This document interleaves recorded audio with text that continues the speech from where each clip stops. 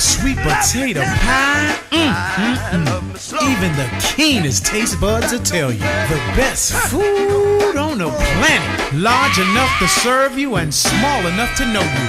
So get to Henry's at 5431 Indian Head Highway, Oxon Hill, Maryland, or give us a call at 301-749-6856. Soul food.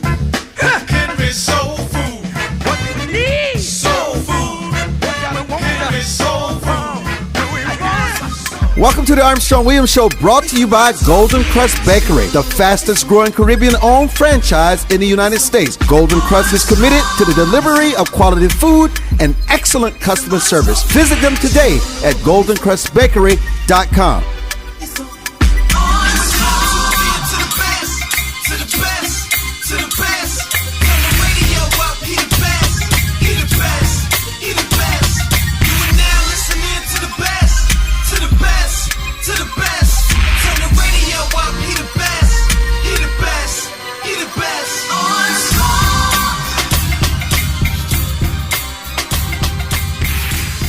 Hello, everybody, and welcome to a very special edition of the Armstrong Williams Show. Akili, I must tell you, we probably have not been live on Friday on WGCV 620 AM in eons. I must tell you, this is... It's been forever. In fact, when I was, the music was about to go live, I said, wow, it has been a while. Look at Yolanda here, said it's been a while. Yes, Yolanda, it has been a while. Yes, it has. And it's crazy. There's no reason why. Because we're here basically 90% of the time every Friday night doing a live series show at 6 p.m. I sort of like to have Friday off, but I'm having this renaissance in radio. Akili, I'm enjoying it so much. Akili is the CEO of his own companies, and he's a businessman, entrepreneur, well respected. He's been with us for 20-some years. He used to be the executive producer of this show. So he has seen us evolve, and he's seen our friendship evolve. He has seen, you've just seen miracles. Well, thank you, Armstrong, for the great introduction. The truth. I'm only telling the truth. It's great to see you so enthused at this time on a Friday. Listen, Yolanda, you have no idea. For me to be this excited and so loquacious on a Friday is unheard of. Well, it says a lot about your guests. And you. Such as, no, I was thinking of Yolanda. Yolanda, I call your call. Yolanda runs WGCV. Oh, Yolanda. She is the executive producer over there. Okay. Yes, it's been a while. Yes, well, it's been a while. She seems excited to hear you. I told Nancy yesterday that tell Yolanda we're going to be live today. Nancy didn't believe it. I said, yeah, we're going to be live today. So she said, are you sure? I said, we're going to be, listen, we're at the Ravens Stadium last night, broadcasting live before the Ravens Atlanta Falcons football game. So we were there. That's right. And so, you know, I got the spirit. I got the broadcast spirit, brother. Well, listen, I'm glad to join you, Armstrong. Thank you very much for having me on the air with you this afternoon. Let me tell you what I want to do. I want to go back. I want to go back. How far back? From whence we've come. You and I met through your brother Amari. That's right. We were introduced by Juan Williams. That's right. And you know, a lot of people would not believe your relationship and your connection to Juan Williams. You know, this is everyone who's tuned in, and thank you for joining us on the Armstrong Williams Show. We're talking about the Juan Williams who won the prize for Pulitzer Prize for Eyes on the Prize. Pulitzer Prize for Eyes on the Prize. Now, he's considered liberal. And You're we know he's considered not. Conservative. And we know he's not. Between the two of you, I see a lot of blurring of the lines No, here. go. I see a lot of blurring of the lines Robin here. Thicke. Robin Thicke. I Go don't ahead. know. I see him getting more conservative. Listen, and I don't know if I would say that you get more liberal. Listen but to that Robin Thicke up in here. I mean, and T.I. and Pharrell Williams. You are certainly bringing on the other side and giving it a fair shake. So what's going on here? You know what? Maybe it's his children. Well, that's the connection, folks. My children, yes. Many people don't understand that Juan's children are actually your godchildren. They're my children also. You raised them. You've helped raise them. Yes, Antonio, Raffi. Well, more Antonio and then Raffi, and then Raffi's back in my. But you know, Antonio is my son. Everybody and they're knows. conservative. Listen, the Godfather's conservative. Yes, of course. They are conservative. Yes. So what would the next generation's eyes on the prize look like? Free. entrepreneurs realizing that it's time for them to take their rightful place in America and grow America into its greatest potential. I think that we're too bogged down in these isms, and we have not spent enough time building the entrepreneurial base, building the family base, building the base for the future. I think we just get bogged down in too many skirmishes. No, that's right. And skirmishes that don't even make any sense to be involved in anymore. So, like racism, for instance. I know that's one of your topics.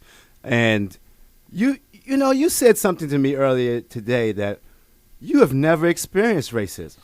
Now, how is that someone who is a child of the 60s, a teenager of the 70s, a young man of the 80s? I think he's trying to interview me today, but how is it that you never experienced? I mean, you're trying to tell me you would never, and I know you're on your way out of the country, you're on your way to Europe. Have I been kissed? So what if while you're in Europe, you're doing some shopping at a store, say in Switzerland somewhere or Sweden or what have you, and you go to buy an expensive item, which, I know that you often see things that you like and you got to have it.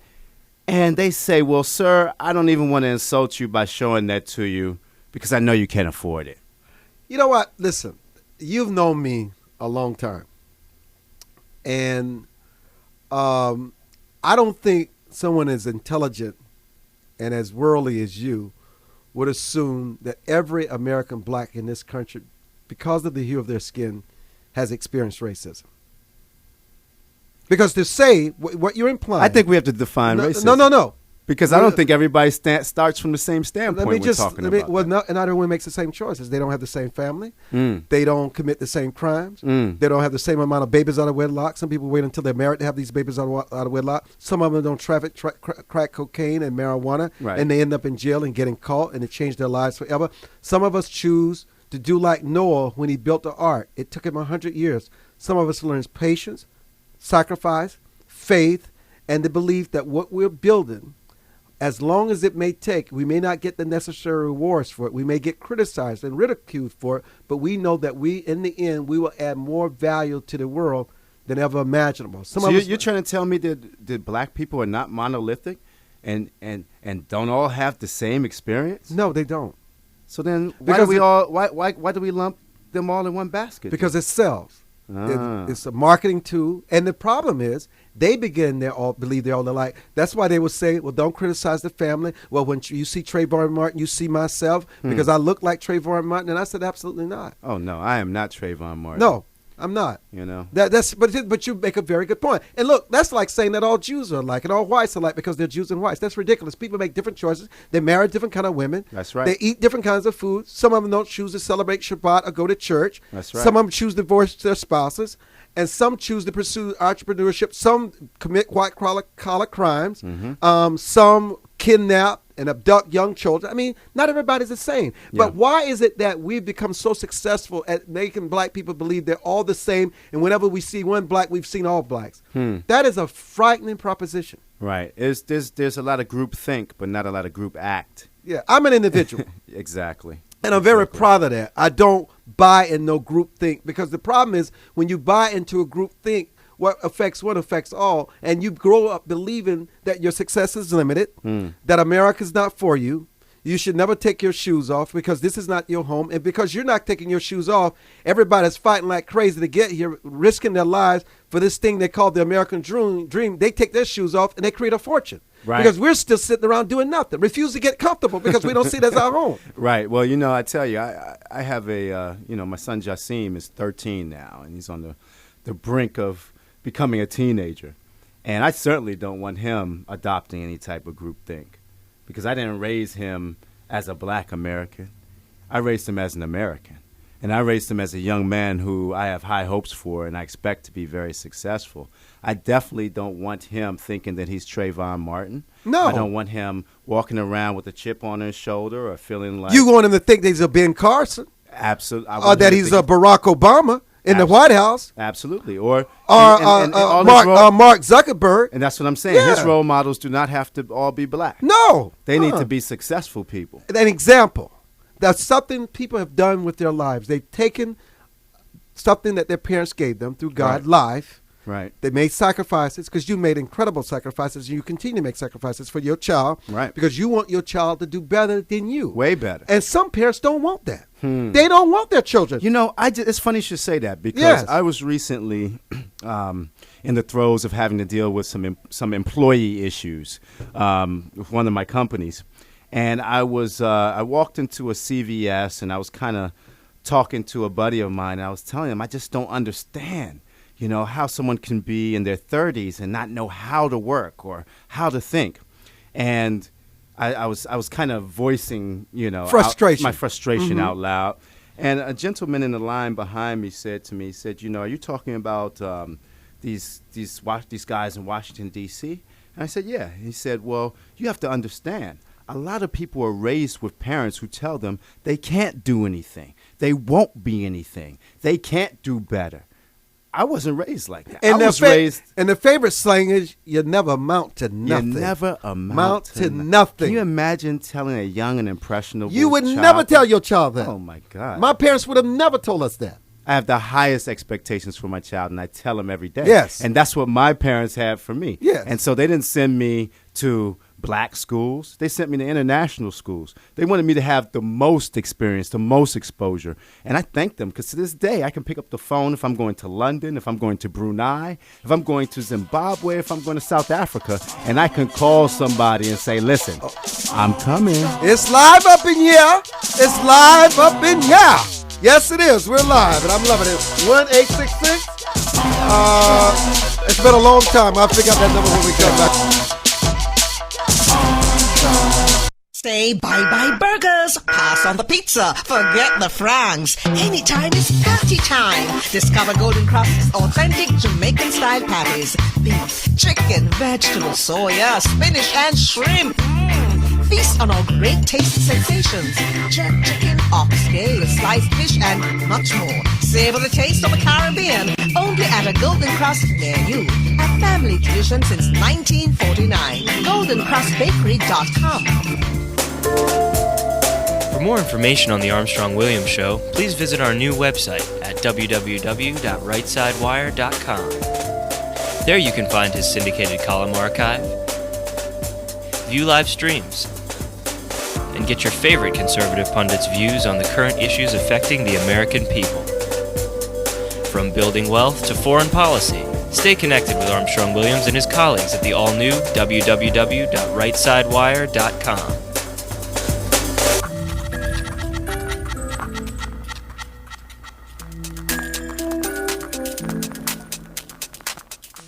Hi, this is Armstrong Williams. What does it mean to be conservative? Freedom of speech, freedom of free enterprise, freedom of assembly, less government, less taxes. As a matter of fact, a flat tax. Everyone should pay proportional tax. It doesn't matter whether you make $100 million or $10,000. Everyone should pay their 10%. Everyone should have something at stake in this American economy. I'm Armstrong Williams expressing what we mean by conservative traditional value. Does your school, team, church, or charity need a new fundraiser? Do you need to work out of your home or part-time? Are you a small business that can use an additional revenue stream? Then you need Yellow Llama. Do you need affordable web services or tools to enhance your existing business? Are you a graphic artist who wants to create a revenue stream with your art but not get ripped off? Then go to www.yellowllama.com. America must change course if we hope to survive and save the American dream for our children and grandchildren. How do we fix Social Security and Medicare? How do we cut government spending? How do we reform health care? How do we simplify the tax code? The Heritage Foundation has a bold plan that tackles these tough problems using common sense solutions that leave partisan politics on the sidelines. Find out how we can save the American dream at savingthedream.org, paid for by the Heritage Foundation. Hi, this is Armstrong Williams with an opportunity to own a piece of paradise in Nassau, Bahamas. Spectacular land prices, 8,000 square feet, 20,000 square feet lot, affordable prices, hilltop properties with views of the magnificent sea. Just call 242-677-3120 or 3121 or go to info@rightsidewire.com and leave your information. Where heads of state, sports, entertainment, and political celebrities meet. You're listening to Armstrong Williams. And welcome back to the show. I think the number is 1-803-733 5620, 1-803-733-5620. And I also think it's 1-866-620-6620. Oh, yes, it is. 1-866-620-6620. You know, it is important that people understand that we're conditioned to believe, in many ways, people are conditioned to believe that you're failures. You can never achieve. And people believe this. You have to connect that to the fact, well, I can never take care of myself, so therefore I must lean on the government or somebody else to take care of me. That's what it creates. It's a vicious cycle. That's not really taking care of you, though. That's giving you a crutch, and then your foot never heals. You know, if you always walk around with a crutch, even after your foot is healed, then you never realize that your foot is healed. And I think that, you know, too many have taken, you know, well, first of all, let's just be frank. Welfare, these types of things in our society, it's thought that African Americans predominantly are the beneficiaries of welfare. But the fact of the matter is that's just not true. The predominance of people who are on social welfare here in the United States of America are white. Now, but when you can characterize things a certain way and you can make people believe things about themselves, like, oh, black means this or white means that, then it's so easy for somebody just to fit into that group think. But as you and I know, we know so many successful people of all shapes, hues, colors, backgrounds, nationalities, that we look at the world differently. But why is it do you think that people still tend to want to cling to this cloud of racism? Why? Who does it help? It's a cottage industry for the elite, for the traditional civil rights group, for people that is how they made their way of life. Let's go to, we have a concerned citizen who has a comment. Akili, concerned citizen, you're on the line, and thank you for calling. Yes, we are live. Talk to us. Hello, caller. I'm just tuning into the show. So you're saying that people's minds are conditioning to keep themselves down by being on welfare? Oh, no, ma'am. No, ma'am, not at all. What I'm saying is that people, particularly in inner cities, and I'm speaking from my experience here in Washington, D.C., people tend to think that the only people on welfare are black people, and that it's somehow a 40-acre and a mule panacea for black people. But the fact of the matter is it's not a panacea. It's far from it. It's a crutch. And two, the majority of people who are on social assistance are white in this country.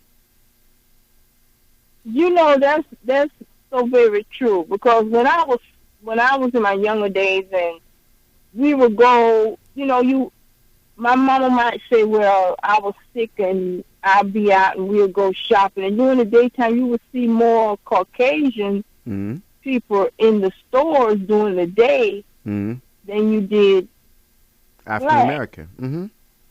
And that kind of, you know, I was like, well, why you see so many Caucasians and you don't see that many blacks in the store during the daytime? But now it's a fluctuation of, you know, different races in the public, because I guess now the stores stay open 24/7. Right. Well, you know, they can shop, you know, longer hours. But it always came to mind. And then when I got older, I said, well, it had to be that they were on public assistance because they didn't have jobs to be on. How else are they shopping in the middle of the day, unless they're retired, right? Yes. That's my same exact point. So, but here's the other issue you got to realize, and you got to read into what Akili is saying. When they talk about blacks on welfare, the stereotype, the story is demeaning. They got to be taken care of. It's not an empowering and uplifting story. You have to understand the way the media portray it. But when they portray others on welfare, they make it seem as it's a noble idea. these are decent people. This is what they had to do. I mean, you just got to understand the way the manipulation is, the way blacks are addressed for being on welfare, and the way rest of America is addressed should bring about great concern for you, because obviously welfare is welfare. I don't care how you use it, but are you going to tell a different story depending on the group that's on the welfare? That's part of the media manipulation. Mm-hmm. But you're right about that. I agree wholeheartedly with you. My thing is, when I go in the grocery store to shop, and I see a person in the line, you don't make no assumptions. But when they pull out their card, they pull out their money to pay, they have EBT card. Mm-hmm. And the EBT card is what now? What is an EBT card? EBT is food stamp. Okay. Oh, okay. So, I'm like, okay, well, they can get it, but I can't get it. Huh. I wish I could, but hey. Why do you wish that you could? Because I take tax dollars too. I would like to get some of it back too. But do you need it? No, I don't need it. No. But I thank God for it, But I hear you though. Sarcastic. that was a good one. You said. But you're saying you pay for everyone else is what you're saying. Exactly. Yes. Exactly. That's exactly right. But I get out and I work every day, so And thank God for that. For what thank the Lord for I it. got. Yeah. We really appreciate this call. Let me tell you why we appreciate it. Because when you were listening, you assumed we were saying one thing, but when we decided to engage each other and have a conversation among each other, we realized there was so much common ground. And sometimes what we need to do is talk to each other instead of talking at each other and over each other and around each other. That's true. This is interesting. I want to thank you, caller, for calling in, and wish you a wonderful day, and continue having that great sense of humor about you too. Okay, you have a great weekend. And thank you for listening. Bye-bye. Bye-bye. It is important that we communicate, especially when people think we have nothing in common. And you know what? If everybody agrees, somebody is not growing. Or somebody's not necessary. But you know what this reminds me of? This reminds me of that response that you showed me on your Facebook page today, and where someone on Facebook was responding to something they thought you said that you didn't really say. And you had actually made a comment talking about modern, or present times, talking about in the workplace where sexuality is. It started from the used. Russell Simmons controversial video about Harriet Tubman and the massa. Right. Yeah. And then you made a comment talking about the present day, not during slavery times, but talking about the present day and how, sexuality is used rampantly in the workplace for advancement, for the job, in order to get the job or what have you. And one of the people on Facebook who viewed or who heard supposedly was listening to your comments, but didn't really hear what you said, started spreading a rumor or a falsehood that you had said that during slavery times, African American or African women used their sexuality in some type of way to gain favor or what have you, which was totally different from what you actually said. Yeah. And then there was a whole line of conversation about what this lady on Facebook said that you said. And nobody was actually talking about what you had actually said. No. And so this is interesting. It's kind of like when you're in a I know back when we did corporate team building exercises, we would sit at the end of a line and somebody would say something in someone's ear, and then by the time it gets to the end of the line, the person at the end of the line is saying something completely different from what was said originally. So it kind of reminds me of those times when people do not really listen, and what they hear is not what you really said. But that is true. It turns into a life of its own. And people are so locked into what they want to believe and what they believe you think you are, who you are. About. Exactly. They don't even really listen to you. They don't even hear what you're saying. Exactly. They hear exactly what they want to say. So it really didn't matter what you said. No, it didn't matter. It didn't matter. They were going to interpret, because this is who you are. And I have this image of you, this perception of you. This is what I've created of you, and I'm not letting you outside of this box. You stay in this box. Well, I tell you this, Armstrong, and this is from someone who's known you for, over 20 years now? Yes, over 20 years. My perception of you versus who you are, my perception of you when I first met you versus who you are is totally different. But you know why? Because I was listening to what somebody else said about you. You know, it's interesting. I was talking to somebody the other day, and they were, I was mentioning my mentor, Armstrong, and they said, "What, Armstrong Williams?" And I said, listen, no matter what you think you've heard about Armstrong, or what you think you know about Armstrong, what I've seen over the years versus what's out there in the public sphere is totally different. And you don't often toot your own horn. Well, not about these things anyway. But, you have helped me immensely. You have helped a lot of other people who I've seen come through your doors immensely. And some of those people who we look to as being so-called black leaders, I'm going to tell you now, I don't have a black leader. I look at leadership in terms of leadership, not in terms of your skin color. But some of these people who are considered black leaders any of you would be very hard pressed to get an internship from them, to get any help or assistance from them along the way. But they will use you to the end of the road talking about what you need so that they can get something in your name. I haven't seen a red cent from Jesse Jackson, but supposedly he sued Toyota and everybody else in the name of the African Americans. On behalf of the victim. But when I needed some money to go to college, I didn't see any of it. We'll be but back. I got some from Armstrong Williams. We'll be back. We'll be Akili back. and 8 of you. Don't go away.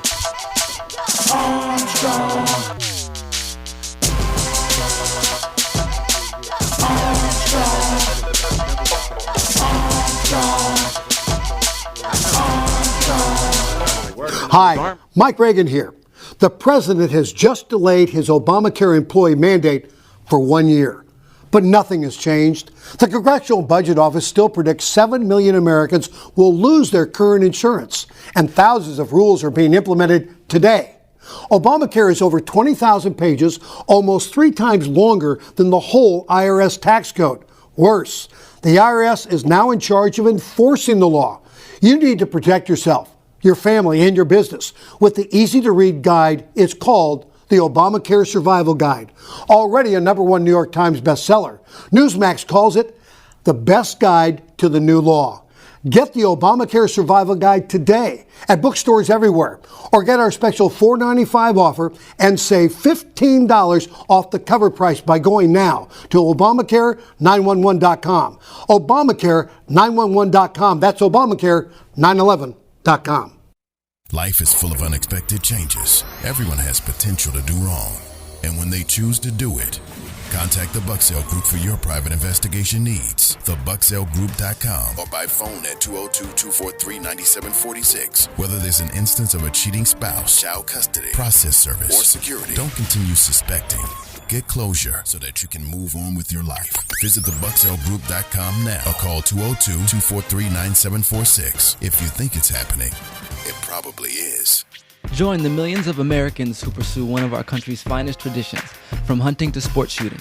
Since 1871, the NRA has grown as a service organization involved in all aspects of shooting sports and is a proud defender of the Bill of Rights. Join today to begin taking advantage of exclusive membership offers and discounts, including up to $25,000 in insurance coverage. Contact the NRA today. Call 1-800-672-3888 or visit nra.org. Most Americans simply have never been taught the basics of money management, let alone how to secure their financial future. But there is hope. Financial Education and Literacy Advisors, also known as FELA, does what others don't. FELA teaches financial education. If you'd like more information about providing a financial wellness program for your employees, or a credit-bearing college course in personal finance, or other valuable programs, please visit myfela.com. That's myfela.com, or send an email to info@myfela.com. Elder Chicks is an exciting part of the fastest growing segment of the population. Women in their 70s, 80s, and older who are mastering the art of a senior life. We're no longer unseen and unheard. We're providing role models for each other and the baby boomers who are fast approaching retirement. Join our virtual community. Hit www.elderchicks.com on your computer keyboard.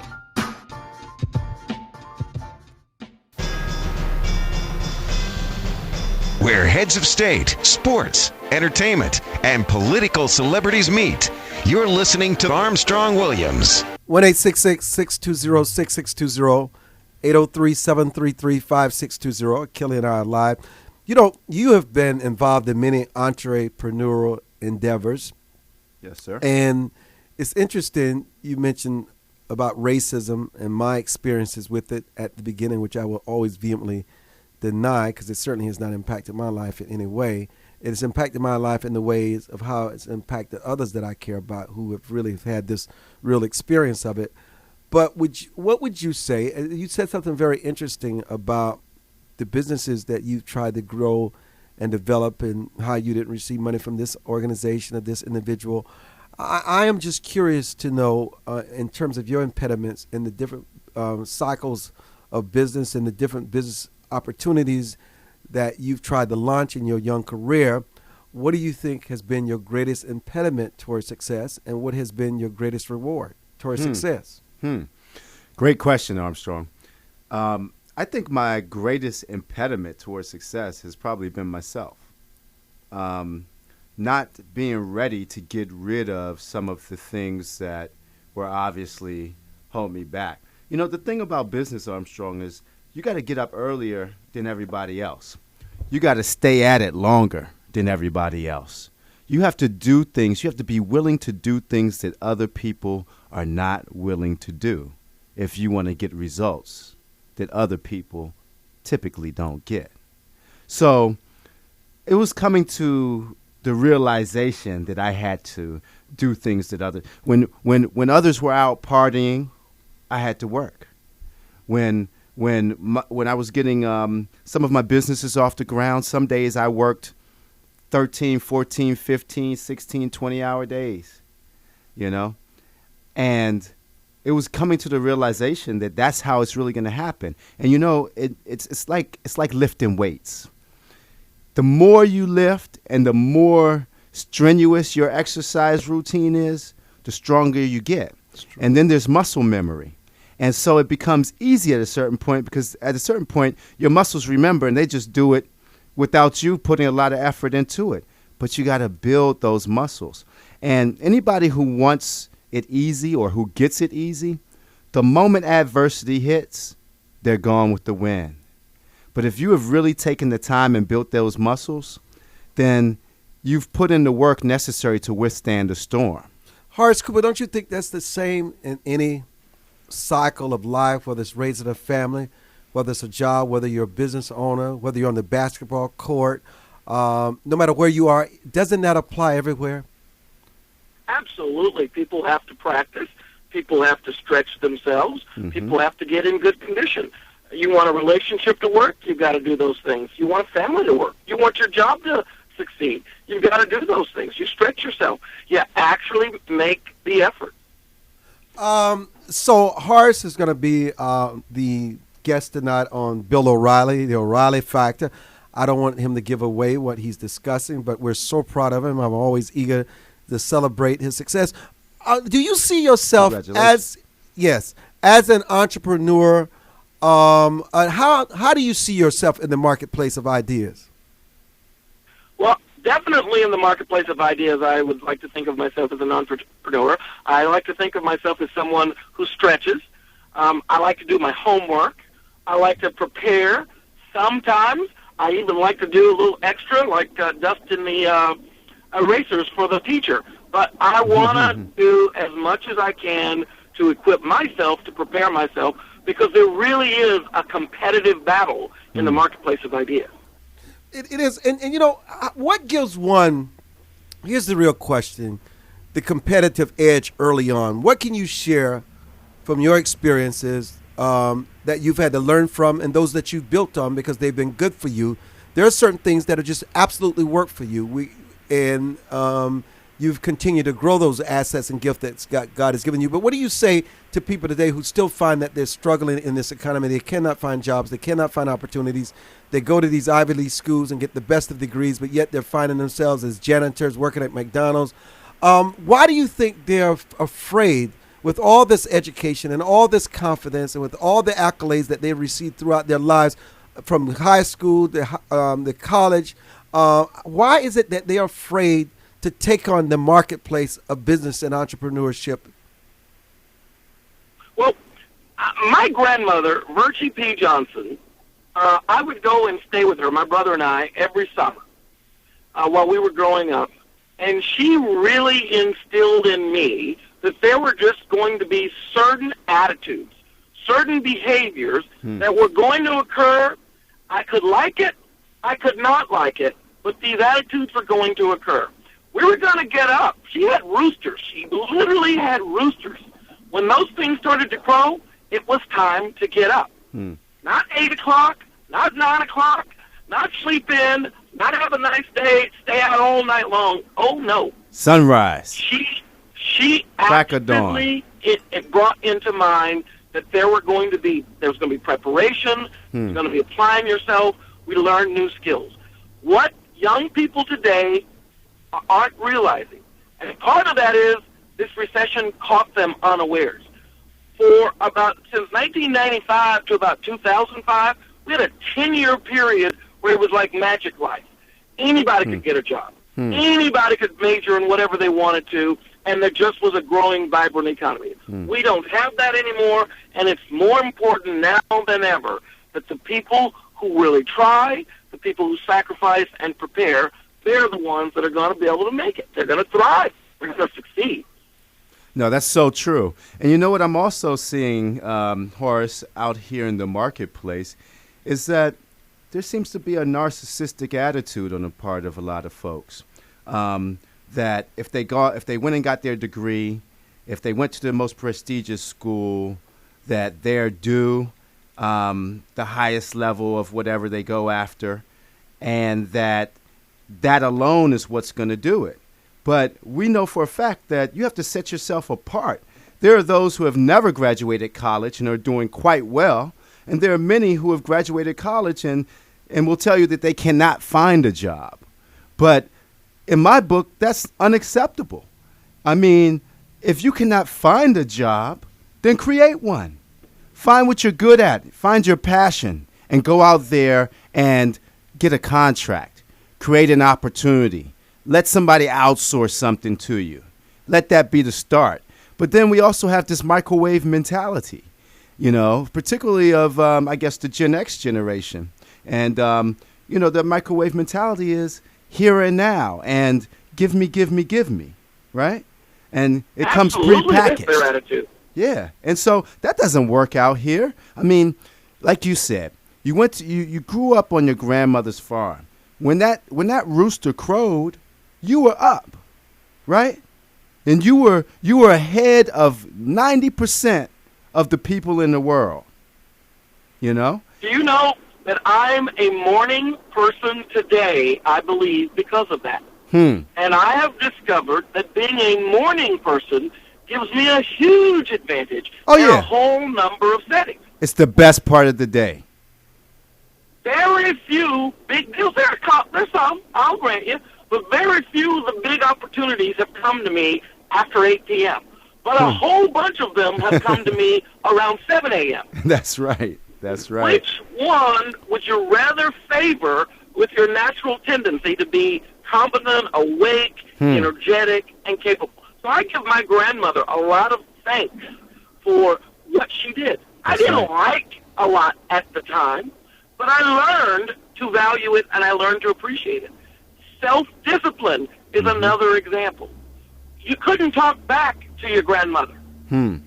I now am able to be civil with people that I disagree with. I am now able to hold my tongue when I want to initially respond and have some time to reflect and think about it. What about these young people who don't have control of their tongue, who don't have control, any self-control, and they end up finding themselves in difficulty merely because they feel impatiently quiet. Yeah, and the same goes with self-respect. You find a lot of young folks these days who don't respect others, their elders, their counterparts, and it's pretty much because they don't have any self-respect. Anybody who has a large measure of self-respect is easily able to see themselves in others, and so they're able to respect others. You know, I want to put this on your brain. I was thinking about this, and I was taking some notes listening to you and Horace. You know, there's a solution for many of the problems that you were discussing. Is God, the family, community, and education that sort of balances creativity with discipline, which is very important. Very important. But Ronald Reagan, as president, said, and as a time for choosing speech, as one of his famous speeches, and I want to read his quote. And this is what we want to respond to when we come back. And he said, if government planning and welfare had the answer, and they've had almost 30 years of it, now they've had almost 70-some years, shouldn't we expect government to read the score to us once in a while, what the score is? And shouldn't they be telling us about the decline each year in the number of people needing help and the reduction in the need for public housing and for welfare and entitlement? Shouldn't the government should be telling us about those stellar figures every now and then? I would like to hear it. We want to talk about that with Horace Cooper, Akili West. I'm Armstrong Williams, 1-866-620-6660, 803-733-5620. We'll be back.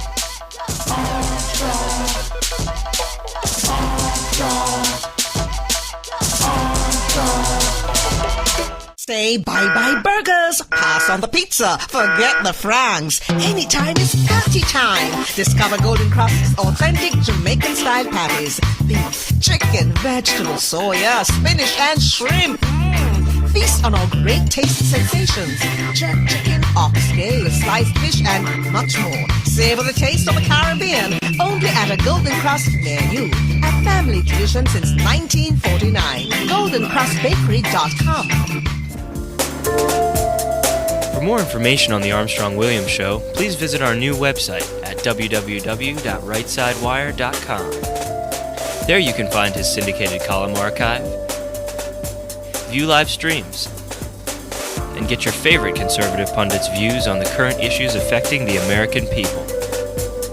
From building wealth to foreign policy, stay connected with Armstrong Williams and his colleagues at the all-new www.rightsidewire.com.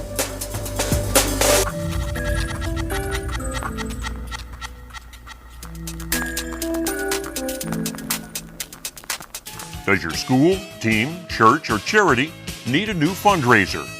Do you need to work out of your home or part-time? Are you a small business that can use an additional revenue stream? Then you need Yellow Llama. Do you need affordable web services or tools to enhance your existing business? Are you a graphic artist who wants to create a revenue stream with your art but not get ripped off? Then go to www.yellowllama.com. Anderson Brothers Bank, a family-owned and operated establishment that blends traditional personal service, local market awareness, and advanced technology to meet the financial needs of its customers. Visit abbank.com or call 843-464-6271 to see how they can assist you with your banking needs. Anderson Brothers Bank, celebrating 75 years of community banking, the way it should be. Stability right in your backyard since 1933. America must change course if we hope to survive and save the American dream for our children and grandchildren. How do we fix Social Security and Medicare? How do we cut government spending? How do we reform health care? How do we simplify the tax code? The Heritage Foundation has a bold plan that tackles these tough problems using common sense solutions that leave partisan politics on the sidelines. Find out how we can save the American dream at savingthedream.org, paid for by the Heritage Foundation. Join the millions of Americans who pursue one of our country's finest traditions, from hunting to sport shooting.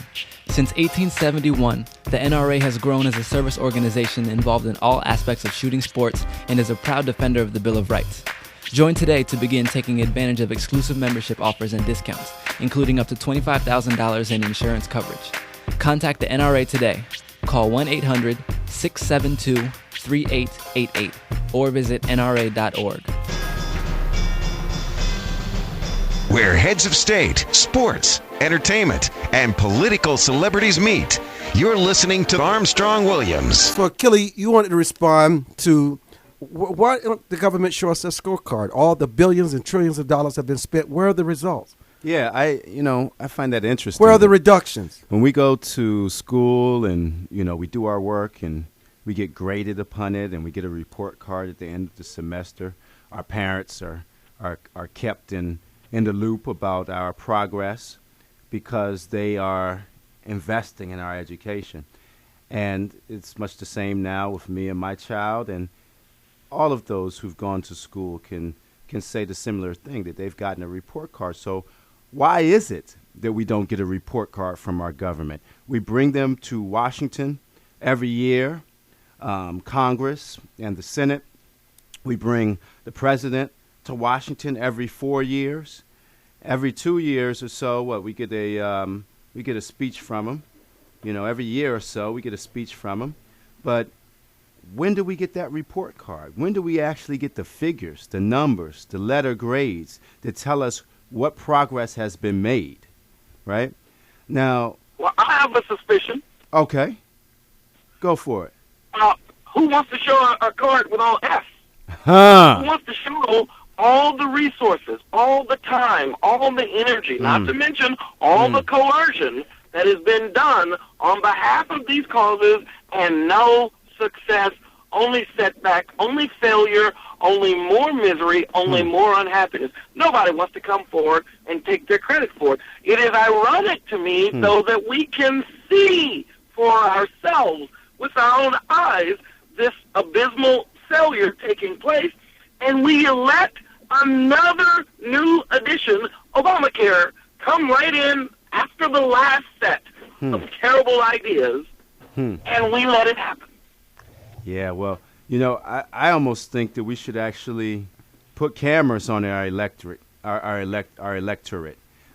They're public officials, so everything they do should be public, right? We should be able to see it all, right? I mean, if somebody's slacking off in the office, if somebody is spending time on some legislation that doesn't benefit the majority of Americans, we should be able to see that ahead of the report card coming out. I mean, there should be a midterm report. There should be an everyday report. It should be like reality TV.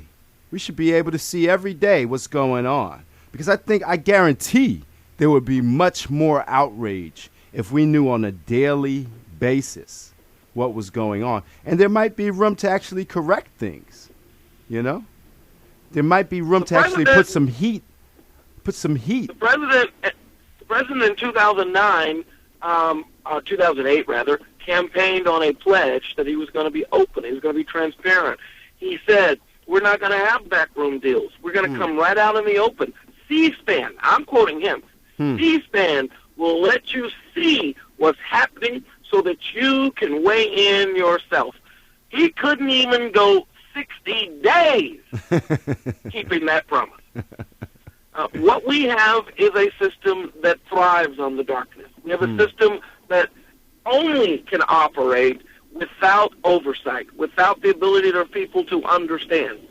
But I still ask the American people, even if you don't know the specifics, even if you don't know the days of the votes, look around. Are you freer? Do you have more liberty? Do you have more opportunity? That's a good measure. Are we making progress? Or are we not making progress? If you're not making progress, you don't say, well, you mean well. If the plumber comes to your house That's right. and you like him, and he's a good friend, and when he's done, the basement is flooded, you don't say, oh, well, you meant well. Right. You got to stop the flooding. Exactly. You got to get someone else to come in and bring it. Even if you think, I don't know how to pick a plumber, you can guarantee you're not going to pick a guy that's 100% likely to flood the basement because that's who you got. Huh. Well, Horace, I think that's part of the problem with partisan politics, is that it's almost like rooting for your team instead of rooting for your dream. And I like that. So you have folks coming to Washington who once they've got elected, they forgot about you and me. They have they have been knighted. Oh, forget knighthood. They have been made princes and princes and princesses. They have been made earls and dukes. And it's almost as though, you know, they are there to do what they're there to do, and you're there to support whatever they do because you supported them in the first place. But we need to send a wake-up call to our leaders and to our elected officials, and we need to have a wake-up call ourselves. You know, I don't know too many people on either side of the line that have gotten it right 100% of the time. And when we play partisan politics, we support policies and actions and inactions that hurt us.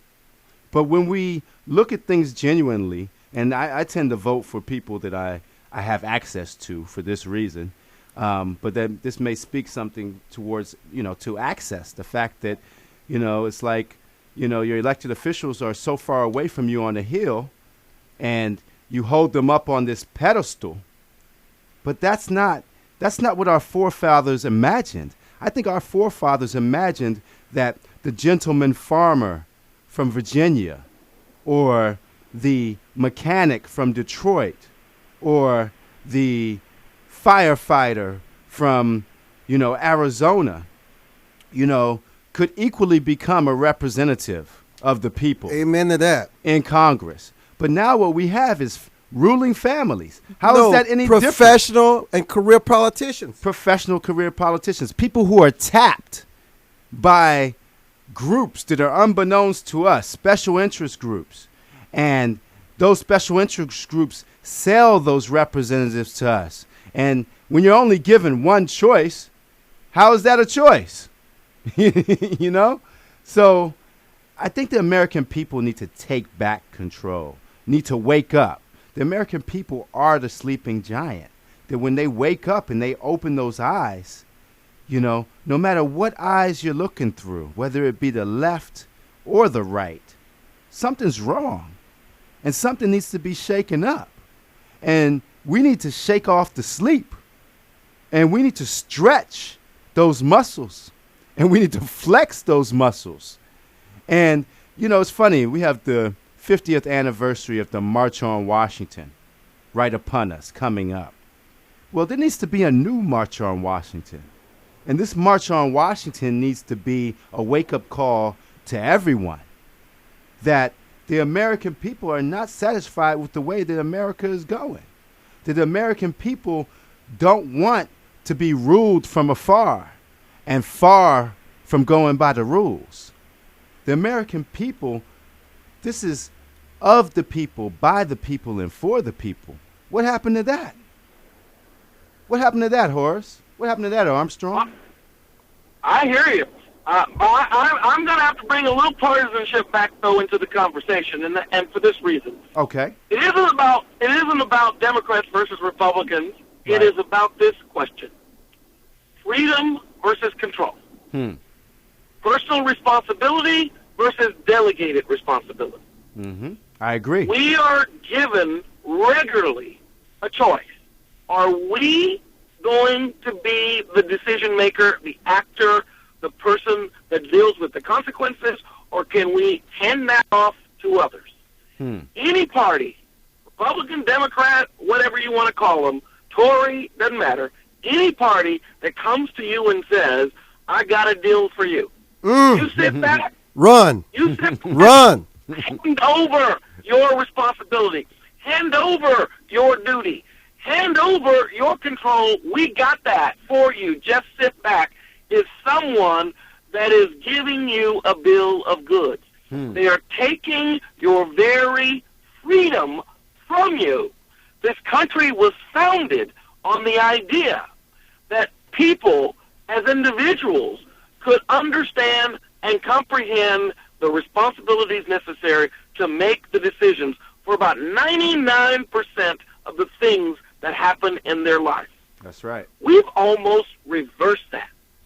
Government comes in and wants to tell you, you go to your house, the tag on the bed or the carpet, what the material it's made of, or the chair, the safety test that's required, instead of trusting us to be able to make decisions about what to buy, instead of trusting manufacturers to be able to make the decisions about what to sell, government does it. And then when they fail, when they don't succeed, oopsie, sorry. Oh, our NSA surveillance didn't meet the standards that we told you we were going to. Oopsie, sorry, that happens. Oh, the IRS has been going around opening up, stymieing the opportunities for right-of-center groups to be able to have nonprofits. Oh, horrified. How could that happen? And on and on and on.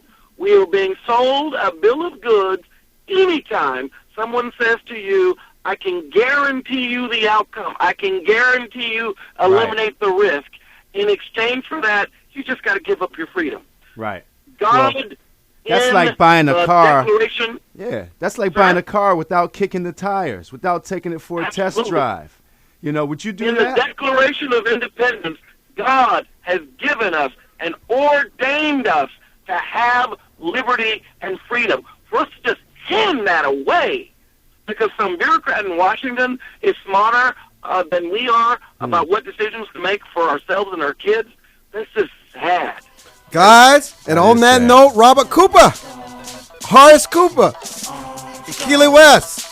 Good stuff, good medicine. Horace, we'll watch you later on the Roddy Factor. Break a leg. Good talking to you, Horace. Good talking to you. Good to everybody. It was live today. It was live today.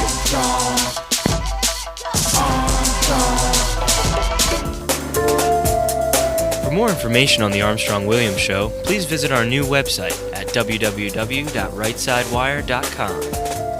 There you can find his syndicated column archive, view live streams, and get your favorite conservative pundits' views on the current issues affecting the American people. From building wealth to